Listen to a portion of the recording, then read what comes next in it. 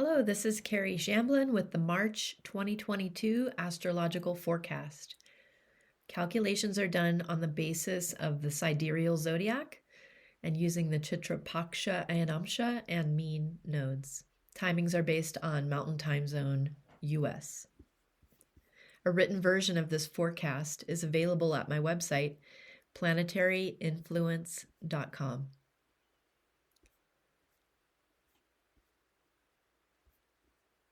There will be a new moon in Aquarius, Shatabhishak Nakshatra, on March 2nd. The moon joins the Sun and Jupiter in Aquarius, with the exact point of the new moon falling at 18 degrees Aquarius at midday on March 2nd. This monthly joining will be in Shatabhishak Nakshatra, connected with the process of healing in a global way. Aside from the nodes, with Rahu placed in Taurus and Ketu placed in Scorpio at this time, all of the visible planets are located in Saturn-ruled signs. Capricorn is occupied by Saturn himself, along with Mercury, Venus, and Mars. This is an extremely potent combination, with all of the planets being in decent dignity and strength. Saturn is in his own sign, Mercury and Venus are in a friendly sign, and Mars is in his sign of exaltation. With Capricorn's element being earth and its quality being movable, this may be the month to really dig in and push through with determination and inspiration. Saturn moves slowly, remaining in Capricorn. Venus and Mars move to Aquarius in late March, and Mercury zips into Aquarius on March 6th. As a trio, Sun, Moon, and Jupiter are the designated Soumya Graha, the gentle planets. At this new moon, may we take hope and comfort that we can use the understanding gained through recent trials to better navigate in our new paradigms. Life is for learning. With Jupiter and the nodal axis both shifting in April, it is time to integrate our recent experiences and leave behind what is irrelevant to our forward progress. Shatabhishak Nakshatra lies entirely within the sign of Aquarius, which is co-ruled by Saturn and Rahu. Shatabhishak is also ruled by Rahu. Rahu is currently strongly moving toward a new station in Aries. That's a lot of Rahu influence. The point is that Rahu's energy can be sudden, unstable, or unexpectedly intrusive, not always in a negative way. Let things fall into place rather than agenda pushing too much as the moon embarks on the next waxing cycle. Shatabhishak translates as 100 helpers. Realize that help is there in varied forms and through diverse channels of healing when you are ready. Mercury transits Aquarius from March 6th through 24th. Mercury is on the forward march, moving out of Saturn's earth sign of Capricorn and into Saturn's air sign of Aquarius on March 6th. This will be a quick transit, with Mercury overtaking Jupiter at 25 degrees Aquarius on March 20th. Mercury and Jupiter have a short battle from March 20th to the 22nd, as Mercury passes by Jupiter, since both of these planets rely on one another for the education continuum. Issues and situations around study, teacher, and schooling may arise toward the latter half of March. With Mercury representing communication, analysis, learning, and commerce, we may see things beginning to move a bit more quickly with the messenger free from Saturn's conjunction. We tend to experience delays and slower pace when Saturn is affecting our exchanges. With Mercury approaching and joining Jupiter in Aquarius, we may begin to feel some uplift and momentum combined. The environment of Aquarius is quite paradoxical, with its dual lordship of Saturn and Rahu, which demands both stability and the need for free movement. Aquarius is an air sign, but also fixed in quality. Again, more paradox. Aquarius promotes equality, humanity, innovation and renovation. Concern for people, for the environment, and for the plants and animals that share this home is strongly supported in this sign. If you find yourself in a situation that demands a radical level of detachment, combined with an immense need for positive hope, Mercury and Jupiter combined here should be quite supportive in objectively analyzing the facts and finding guidance that feels soul-affirming. With the wisdom of a saint and the openness of a child, prepare to move forward into the next chapter as Mercury leads the way into Pisces on March 24th, followed by the great Jupiter on April 12th. The Mars-Venus war ends March 12th. Mars and Venus have been traveling together since January, actually sharing the same seat in the train since February 12th, and beginning to separate on March 12th. The pair moved from Sagittarius to Capricorn on February 26th, joining Mercury and Saturn. Venus exits Capricorn for Aquarius on March 30th, and Mars follows on April 6th, setting the stage for the new acts to come, with Jupiter moving to Pisces on April 12th, and the nodal axis dropping into Aries Libra.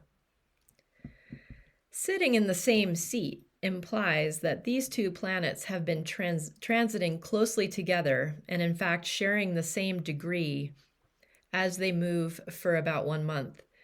This is called planetary war, and there exists various interpretations about how to judge who is winning and who is losing.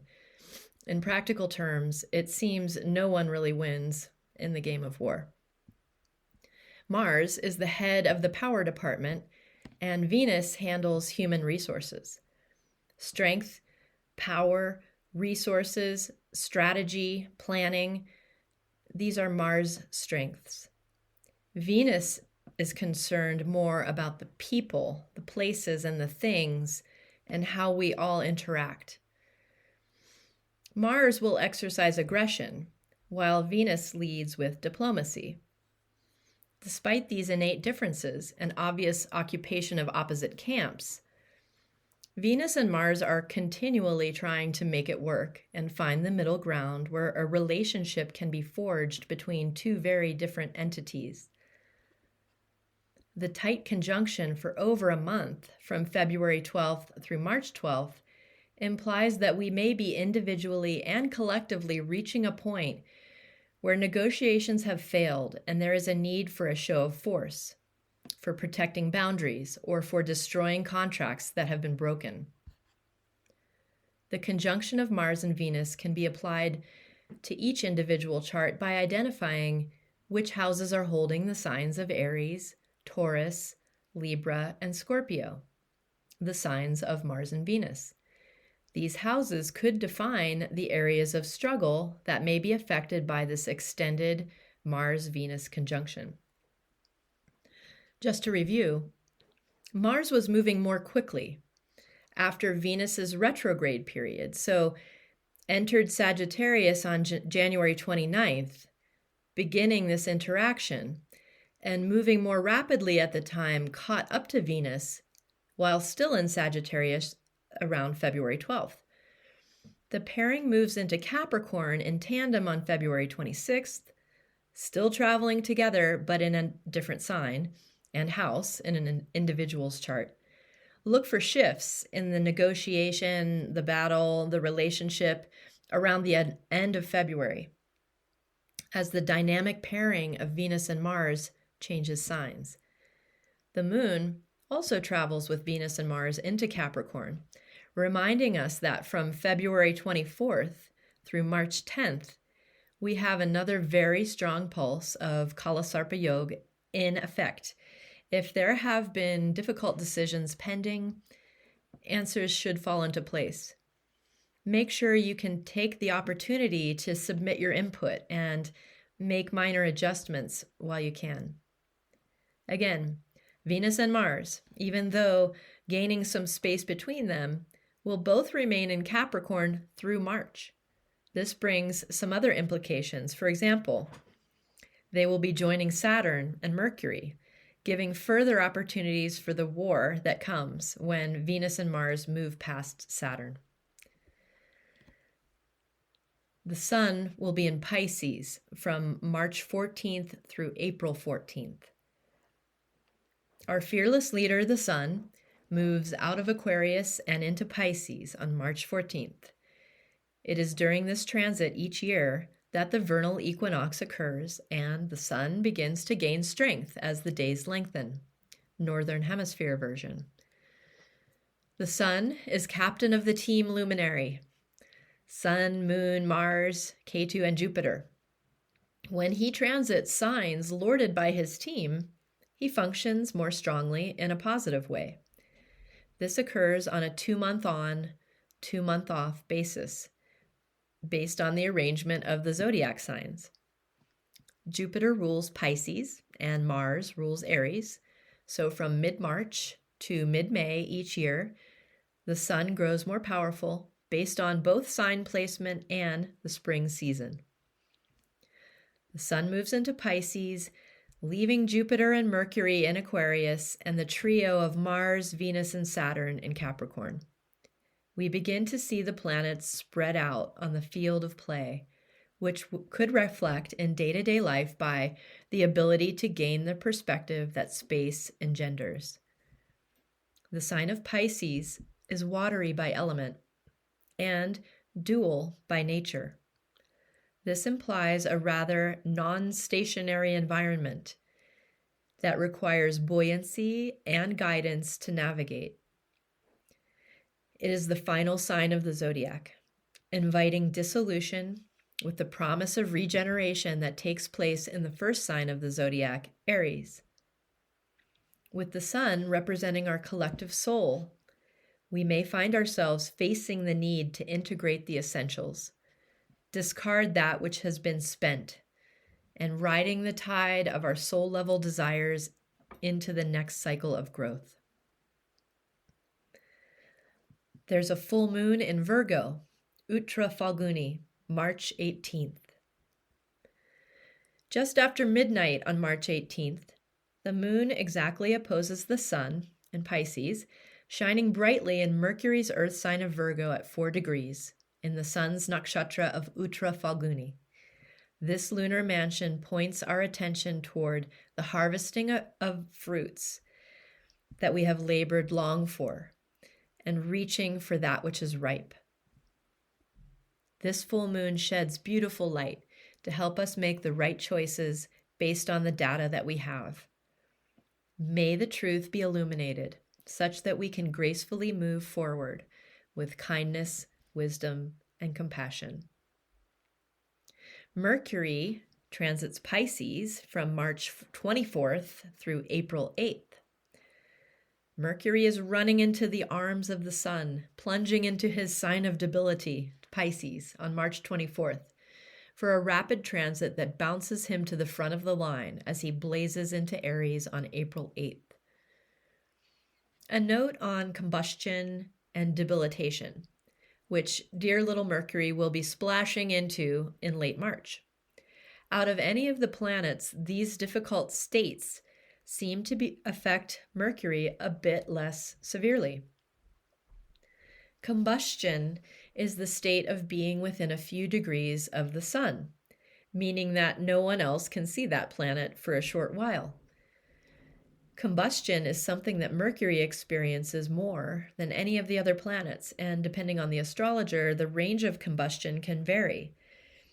If we take a 15-degree range before and 5 degrees after the Sun, Mercury runs into combustion from March 18th through April 7th, overtaking the Sun on April 2nd. Debilitation of Mercury is another factor in March. But in a similar way, the skillful flexibility of Mercury makes it easy to find workarounds. With Mercury representing our capacity for communication and exchange, this short transit may show some challenges with our markets, our media, and our day-to-day missives.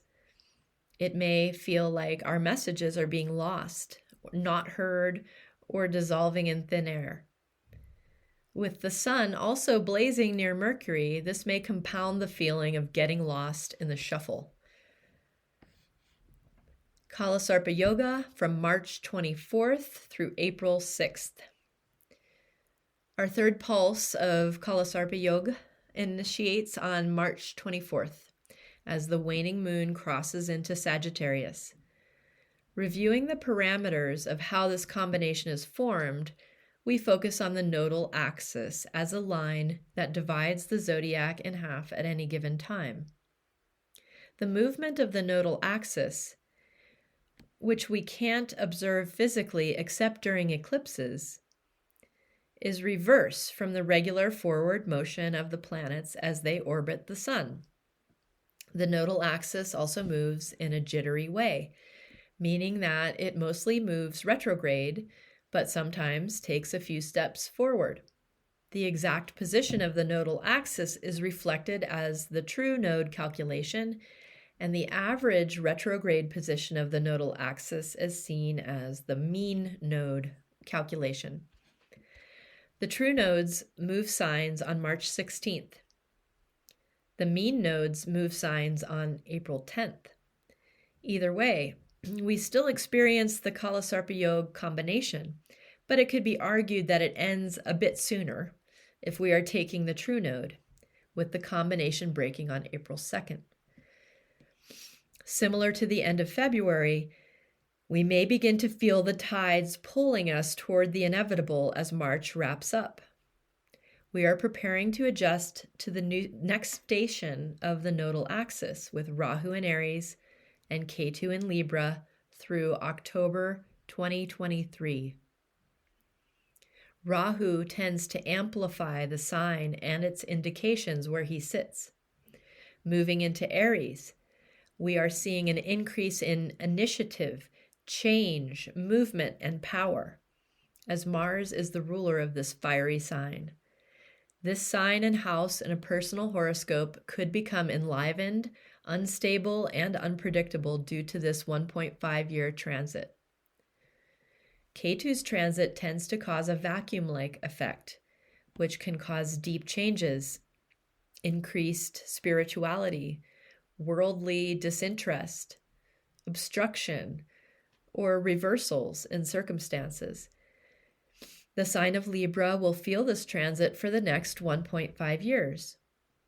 With Venus ruling Libra, this could show an upcoming shift in relationship status, business partnerships, entertainment trends, and even innate philosophical beliefs.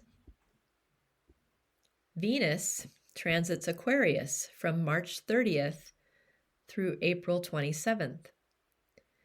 Speaking of Venus, we've seen some Venus-related intensity since 2022 began, when Venus was in a retrograde phase, shifting roles from evening appearance in 2021 to morning appearance in 2022.